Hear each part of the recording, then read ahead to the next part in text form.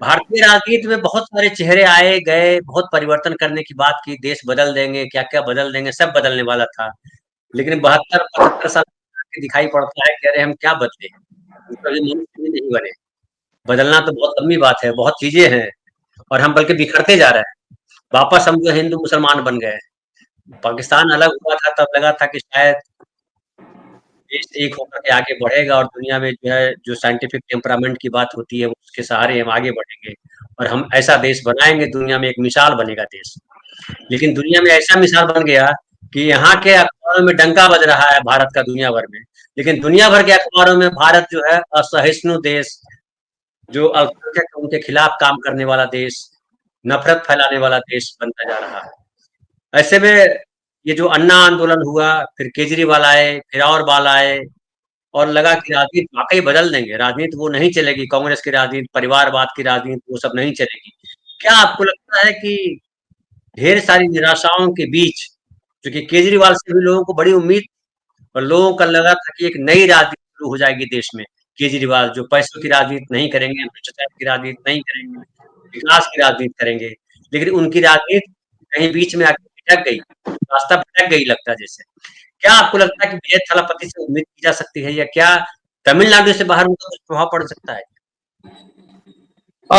देखिए, मुझे तो कोई आशा विजय थलपति से एकदम नहीं है। मैंने इसलिए नहीं है कि वो जो स्पेस तलाश रहे हैं वो अच्छा, जो उनके मैं तमिल फिल्मों का बड़ा मैंने एक तरह का प्रेमी हूं। मैं सारी फिल्में देखता हूं।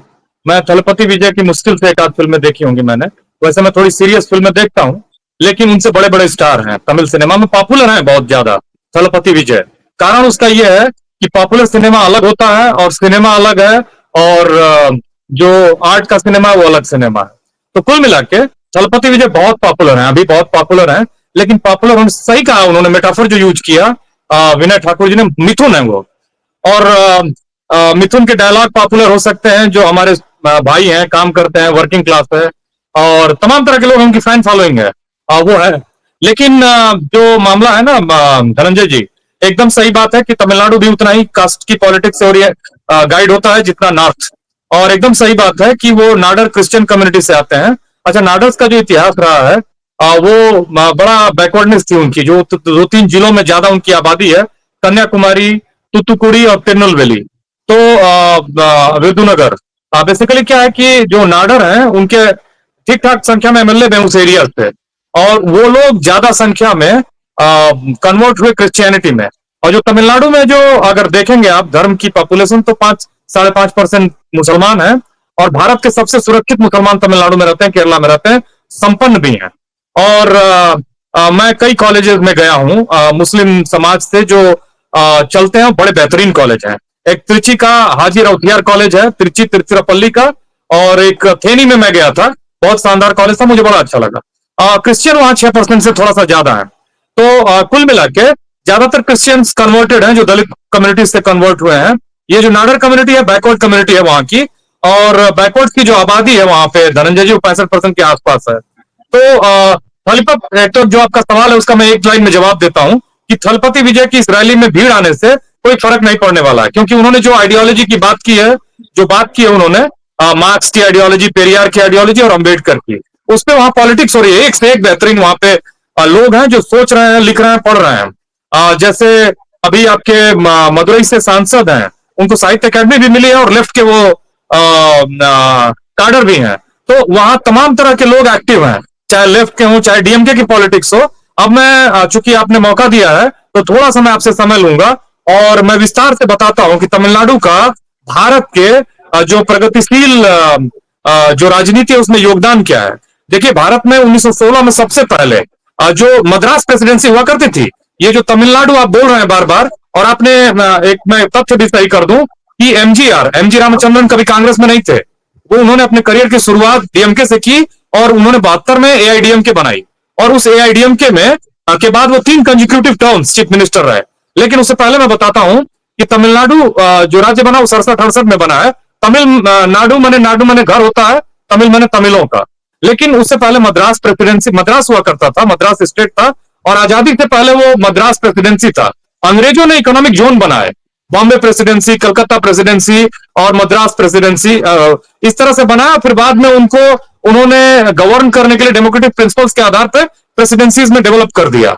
और हुआ ये कि जो प्रेसिडेंसी थी उसके एडमिनिस्ट्रेशन चलाने के लिए धनंजय जी, वहां पे जो एडमिनिस्ट्रेशन था उस प्रेसिडेंसी का, उसमें करीब करीब 43 से 44% ब्राह्मण लोगों का डोमिनेंस हो गया। और उसको कर्ब करने के लिए वहां जस्टिस पार्टी बनी। एमटी नरकेसन और एक त्यागराज थे, और एक एमटी नायर थे, एक कोई मुदलियार थे, मैं नाम भूल रहा हूं, 3 लोगों ने मिलकर जस्टिस पार्टी बनाई। जस्टिस पार्टी, जी जी वही, टीएन मुदलियार, टीएम नायर और त्यागराजार कुछ थे, वो उनका नाम है। 16 में जस्टिस पार्टी बनाई, 20 में वो पावर में आ गए। और याद रखिएगा धनंजय जी कि 20 में पावर में आने के बाद उन्होंने वहां पर रिजर्वेशन की शुरुआत की। भारत में जो रिप्रेजेंटेशन की हिस्ट्री है वो साहू जी महाराज ने 1902 में शुरू की। तमिलनाडु इतना एडवांस स्टेट है कि उसने 20 में 21 में वो नोटिफिकेशन में था वहां के, क्योंकि वो रिप्रेजेंटेशन जो था वो कब किया गया था, ब्राह्मणों के द्वारा, उसको उन्होंने डेमोक्रेटाइज किया। उसके बाद 25 में आपको जान के और आश्चर्य होगा धनंजय जी कि वहीं बगल में 250 किलोमीटर चेन्नई से मैसूर है, 250-300 किलोमीटर है, 250 बैंगलोर है, 125 किलोमीटर और वहां से मैसूर है। अब ये जान लीजिए आप कि उस मैसूर में यादव राजा थे, वडियार राजा थे। उन्होंने सर लेस्ली स्टीफन के नेतृत्व में, सर लेस्ली स्टीफन, मैं नाम ले रहा हूं, बहुत कम लोग जानते होंगे, वो वहां के मैसूर स्टेट का जज था, वो उसके नेतृत्व में उन्होंने कमीशन बनाया। क्योंकि प्रॉब्लम वहां भी मैसूर स्टेट में यही थी कि ओवर रिप्रेजेंटेशन था, और उस ओवर रिप्रेजेंटेशन को उसने अपनी रिपोर्ट सबमिट की, और वहां के वडियार राजाओं ने अपनी रिपोर्ट के हिसाब से वहां रिजर्वेशन शुरू किया। ये 3 जगह थी, कोल्हापुर स्टेट, मद्रास प्रेसिडेंसी और मैसूर स्टेट। इन तीनों ने, और तीनों जगह जहां रिप्रेजेंटेशन और अफर्मेटिव एक्शन की सबसे पहले शुरुआत हुई, वो देश में सबसे प्रगतिशील और प्रोग्रेसिव जगह है। तो कुल मिला के ये, अब आप देखिएगा बड़ा इंटरेस्टिंग है कि इरोड में पैदा हुए थे पेरियार। और Periyar basically Balija Naidu, upper caste है वो, बहुत लोग नहीं जानते हैं। वो लोग तेलुगु लोग थे जो माइग्रेट किए थे, वॉरियर क्लास है। बलिजा नायडू है, धनी परिवार था उनका, और बेसिकली वो ट्रेडर्स थे, धनी परिवार से थे।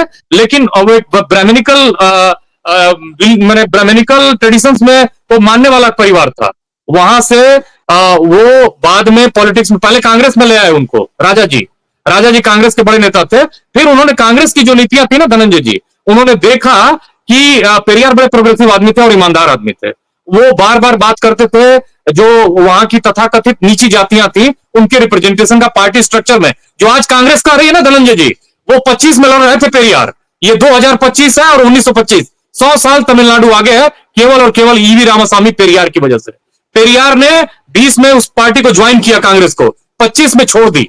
25 में इसी पे छोड़ दी कि कई सेशनों में वो लगातार सवाल उठाते रहे कि सारे बहुजनों को उसमें रिप्रेजेंटेशन दिया जाए।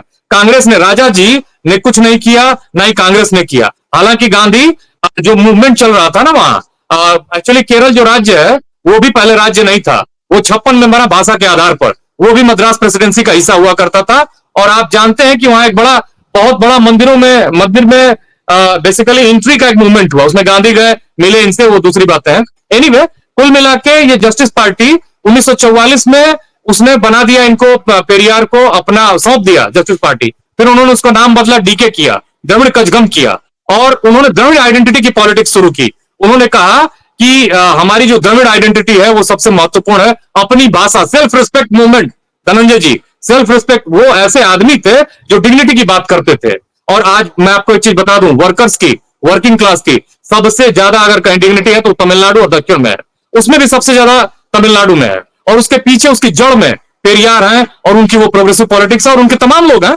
लेकिन फिर बाद में डीके, एक्चुअली तमाम डिफरेंसेस की वजह से शादी हुई उनकी मन्नीमाई से, और सीएन अन्नादुरई उनके चेले थे, उन्होंने उसके बाद डीएमके बनाई, द्रविड़ मुनेत्र कजगम। उसके बाद कांग्रेस, लेकिन आजादी के बाद कांग्रेस पार्टी शासन में आई, और उससे जो चीफ मिनिस्टर बने के कामराज। आप जान लीजिए कि के कामराज भी नाडर कम्युनिटी के थे, और के कामराज बेसिकली इसी थलपति विजय, हालांकि ये तो क्रिश्चियन हो चुके हैं, ये कन्वर्ट क्रिश्चियन है, लेकिन के कामराज नाडर कम्युनिटी के थे। और के कामराज ने बहुत सारी पॉलिसी शुरू की, एजुकेशनल रिफॉर्म, एग्रीकल्चर रिफॉर्म, खास करके वो नीचे के इलाके में, कन्याकुमारी वाले रीजन में, और बहुत काम किया, बड़े ईमानदार आदमी थे। उनकी 1967 में पहली बार चीफ मिनिस्टर बने, डीएमके पावर में आई, सीएन अन्नादुरई। ज्यादा दिन जिंदा नहीं है, 1-1.5 साल के भीतर मर गए। फिर करुणानिधि उसी पार्टी से चीफ मिनिस्टर बने, और करुणानिधि ने उनके ऊपर आरोप लगते रहे कि वो अपने हिसाब से पार्टी को डोमिनेट करते हैं, और उसी से टूट के एमजीआर उसी में थे, काडर थे, सिने स्टार भी थे, पॉपुलर भी थे, स्क्रिप्ट लिखा करते थे करुणानिधि, और करुणानिधि भी बहुत पॉपुलर स्क्रिप्ट राइटर थे, इतने स्क्रिप्ट पॉपुलर स्क्रिप्ट राइटर। वो जो उन्होंने तंजावुर में तमिल यूनिवर्सिटी बनाई है, उसमें मैं गया हूं, और बड़ी शानदार यूनिवर्सिटी है तंजावुर की वो Tamil university. Tamil literature culture की बात करते थे, उसी द्रविड़ पॉलिटिक्स से उन्होंने उसको और लोकलाइज किया और पॉपुलर होते रहे। लेकिन इनके ईगो और कॉन्फ्लिक्ट में वहां से एमजीआर टूटे, 72 में एआईडीएमके बनाई, ऑल इंडिया अन्ना द्रमुक कजगम जो भी था, और उसके बाद ये पॉलिटिक्स शुरू हुई। लेकिन एक इंटरेस्टिंग फैक्ट बताता हूं, एमजीआर ने इकोनॉमिक आधार पर, एमजीआर अपर कास्ट थे, नायर थे, श्रीलंका में रहे थे कुछ दिन अपने बचपन के, फिर बाद में वो भारत आए थे।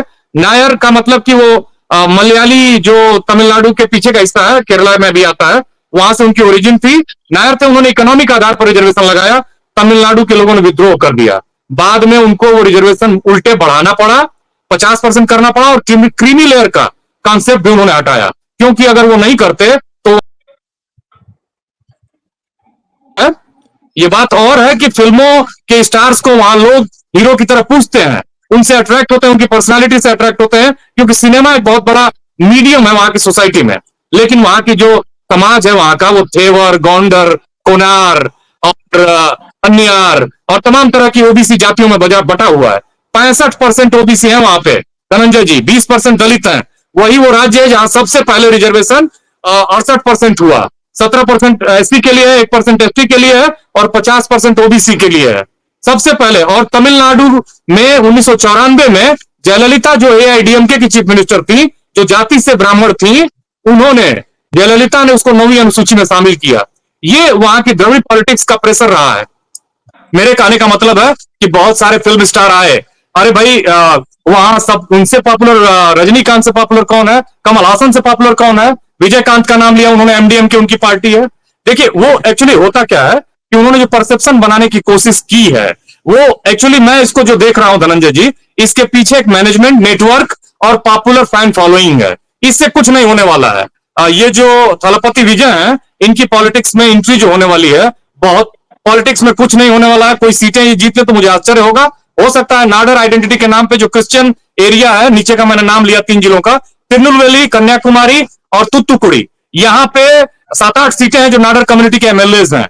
और यहाँ पे ये जो क्रिश्चियन कम्युनिटी का प्रेजेंस है, नाडर कन्वर्टेड क्रिश्चियंस का, वहां पे कुछ अपना कर पाए तो कर पाए जाति के आधार पर, अदरवाइज इनकी पॉलिटिकल जो भविष्य है उसमें मैं कुछ देखता नहीं, कोई सब्सटेंस नहीं है। मैं नाम ले रहा हूं, ज्योतिका का, सूर्या का, शिव कुमार का बेटा है, गौंडर कम्युनिटी से आता है, उसकी भी बहुत एक जाति का बेस है वहां पे, ये कृषक समाज है वहां का, एग्रीकल्चरल समाज है, उन सबों की भी पॉपुलैरिटी बहुत ज्यादा है, एक से एक पॉपुलर वहां से स्टार है।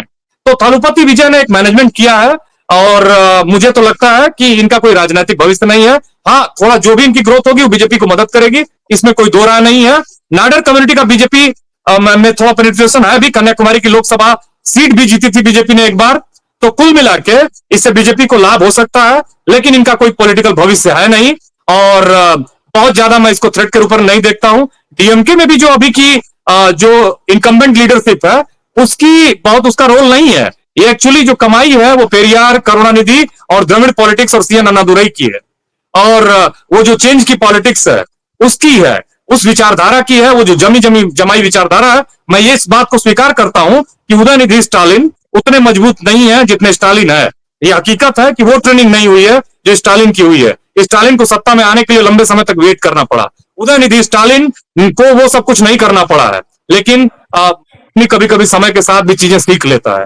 हालांकि ऐसा कुछ नहीं है कि वंशवाद का मसला है, हर पॉलिटिकल पार्टी अब ऐसे ही हो चुकी है।